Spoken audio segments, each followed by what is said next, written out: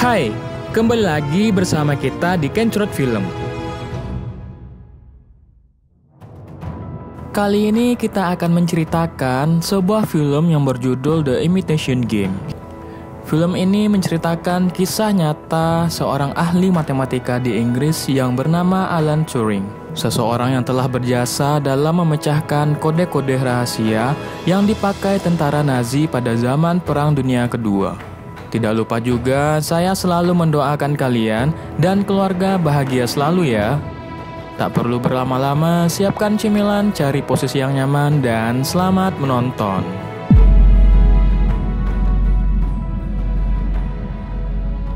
Film bermula pada tahun 1951. Ada laporan yang mengatakan bahwa rumah Turing sedang mengalami perampokan, sehingga dua orang polisi pun diutus untuk memeriksanya. Polisi itu bernama Detektif Knock, dan temannya bernama Sergeant Steele.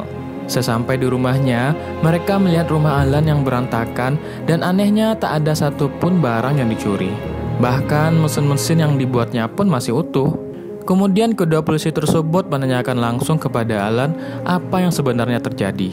Alan yang saat itu sedang membersihkan sianida mengatakan tidak ada yang dicuri dari rumahnya. Malahan, dia lebih membutuhkan tukang bersih-bersih ketimbang polisi. Kesal karena jawabannya, kedua polisi itu pun pergi dari rumah Alan. Saat di luar, Detektif Knock sepertinya curiga kepada Alan. Ia merasa kalau ada sesuatu yang Alan sembunyikan.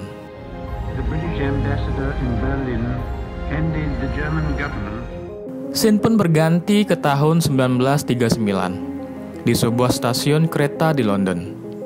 Seperti yang tercatat di buku sejarah, pada tahun 1939 sedang terjadi Perang Dunia Kedua antara Jerman dan sekutunya. Saat itu terlihat Alan sedang pergi melamar pekerjaan ke sebuah pabrik radio di Bletchley. Yang sebenarnya tempat itu adalah tempat di mana para ahli memecahkan kode-kode rahasia tentara Nazi. Kemudian Alan diwawancari oleh Alastair Denniston, seorang komandan Angkatan Laut Inggris. Seperti wawancara pada umumnya, Alan ditanyai dengan banyak pertanyaan, seperti namanya siapa, umurnya berapa, dan alasannya melamar pekerjaan di sini. Alan menjawab dengan santai setiap pertanyaan tersebut. Namun, saat Alan mengatakan ia tidak bisa berbicara bahasa Jerman, sontak Denniston terkejut dan mengatakan, bagaimana cara kamu memecahkan kode-kode bahasa Jerman sedangkan kau tidak bisa bahasa Jerman? Denniston kemudian menyuruh Alan untuk meninggalkan ruangan tersebut dan menyudahi wawancaranya hari itu. Tiba-tiba Alan mengatakan enigma. Denniston pun terkejut. Jika seseorang memecahkan kode enigma, mungkin perang akan segera berakhir. Kalian lebih membutuhkan saya ketimbang saya membutuhkan kalian, kata Alan dengan sombongnya. Top secret program at Bletchley, you're trying to break the German Enigma machine. Setelah menjelaskan soal enigma, Alan pun diterima bekerja di situ. Ternyata tidak hanya Alan yang direkrut untuk proyek rahasia ini. Ada beberapa orang seperti Hugh, John, Peter, Kate, dan Charles. Kemudian mereka diperlihatkan pada sebuah mesin enigma tersebut. Semuanya berdecak kagum melihat mesin itu. Ada sekitar 159 triliun lebih kemungkinan pengaturan untuk memecahkan kode dari mesin itu. Dan parahnya, kode-kode itu selalu berganti setiap tengah malam. Bagi mereka, ini akan menjadi perang melawan waktu, karena mereka harus bisa menyelesaikannya sebelum Jerman melancarkan serangan besar-besarannya ke Inggris. Sebenarnya, setiap pesan yang dikirimkan oleh tentara Jerman bisa disadap dengan mudah. Tapi masalahnya, semua pesan yang dikirim itu dienkripsi. Ada 159 triliun lebih kemungkinan pengaturan untuk memecahkan kode itu. Dari 159 triliun ini, mereka harus mencobanya satu persatu hingga menemukan arti dari pesan tersebut.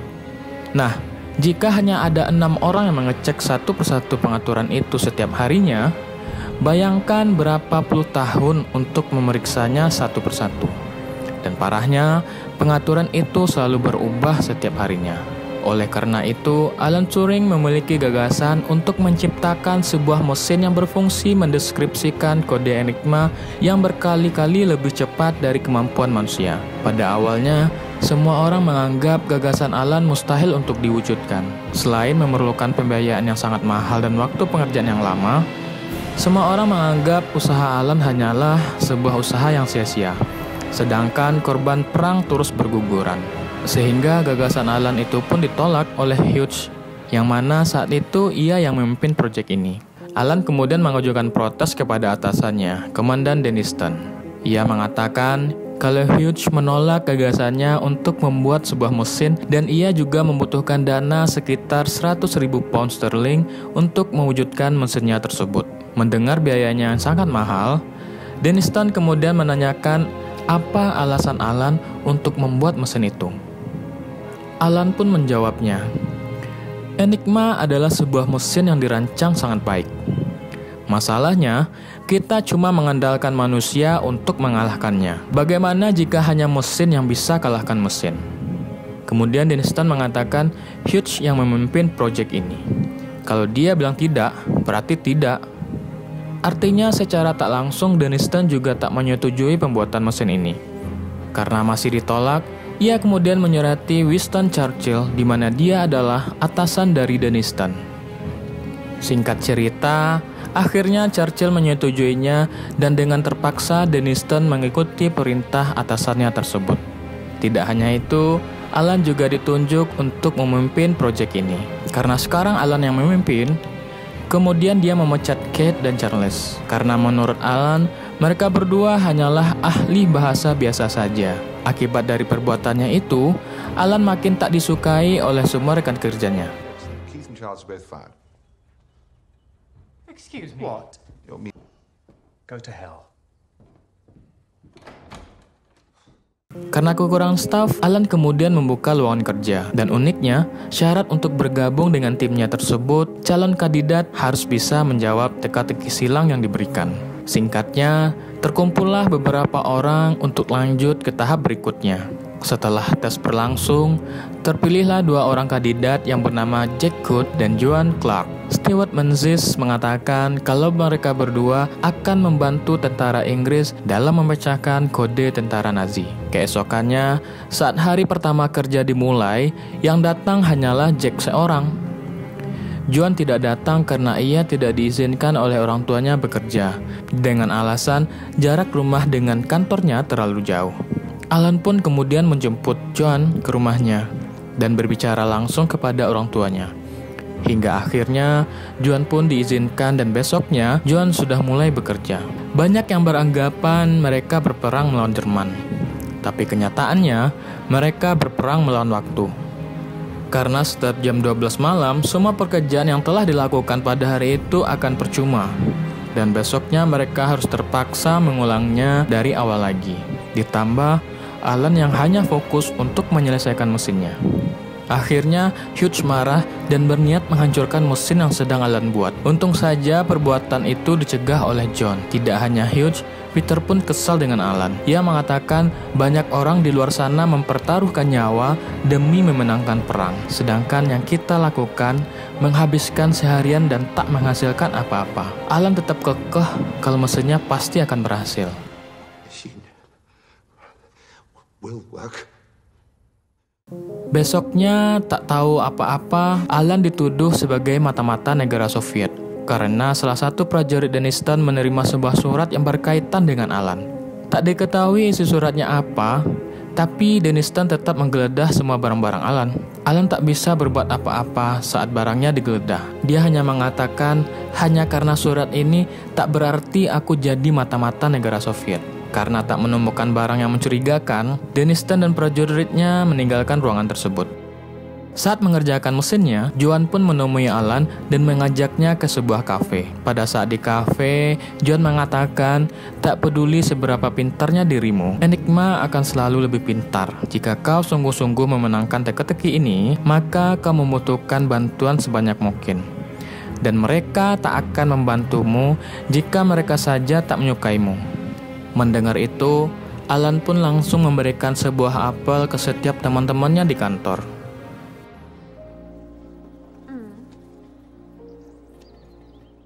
Singkat cerita, setelah beberapa minggu, akhirnya mesin Alan pun selesai.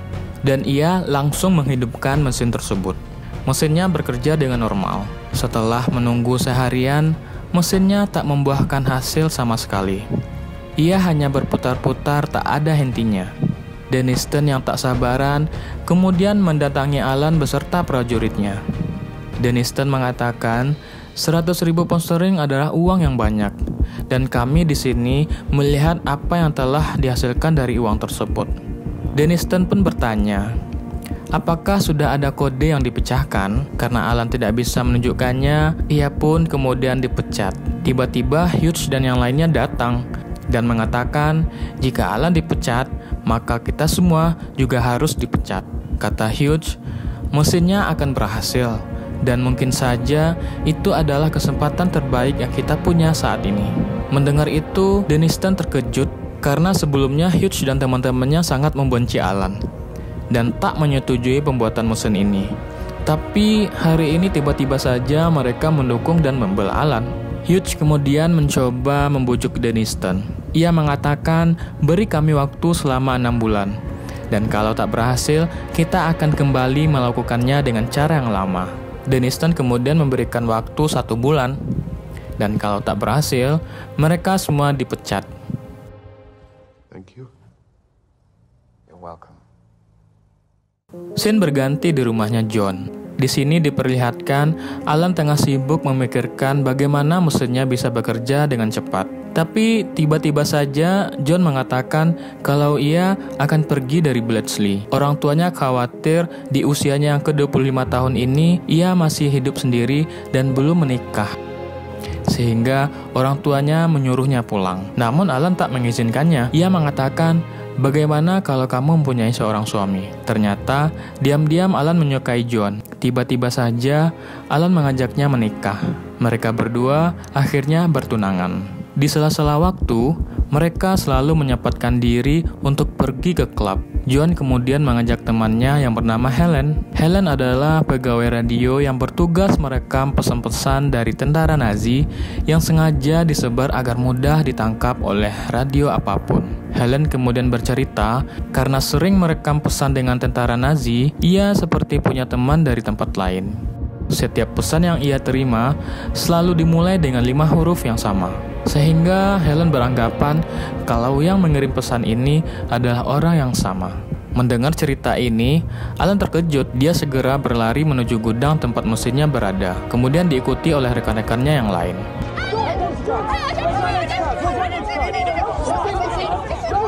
Sesampai di kantornya, Alan mengatakan, bagaimana jika mesinnya hanya mencari pada satu kata yang kita tahu akan ada pesan di dalamnya.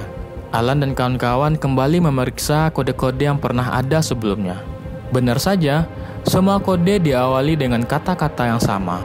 Kemudian, mereka memasukkan kata-kata tersebut ke dalam mesinnya dan menunggu apakah kali ini akan berhasil. Momen yang menegangkan saat mesin Alan dihidupkan. Setelah berputar-putar tak terlalu lama, mesin Alan akhirnya berhenti. Semuanya terkejut dan mencatat huruf-huruf yang dihasilkan. Kemudian, huruf-huruf itu dimasukkan ke dalam enigma, dan betapa bahagianya, akhirnya mereka berhasil memecahkan kode dari enigma. Y, M, S, A, I.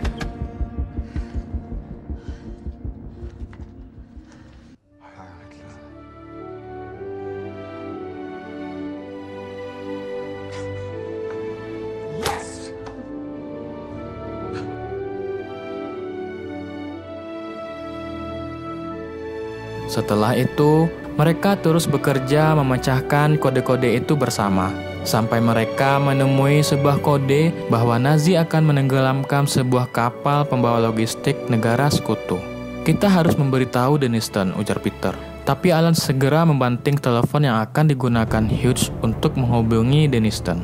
Hughes yang tak terima kemudian memukul Alan hingga terjatuh. Mereka kini mengetahui semua rencana dan posisi pasukan Jerman. Namun, Alan menyadari bahwa mereka tidak bisa bertindak atas setiap pesan yang dipecahkan, karena Jerman akan menyadari bahwa enigma telah dipecahkan. Lalu mereka akan mengganti rencana dan juga mesinnya.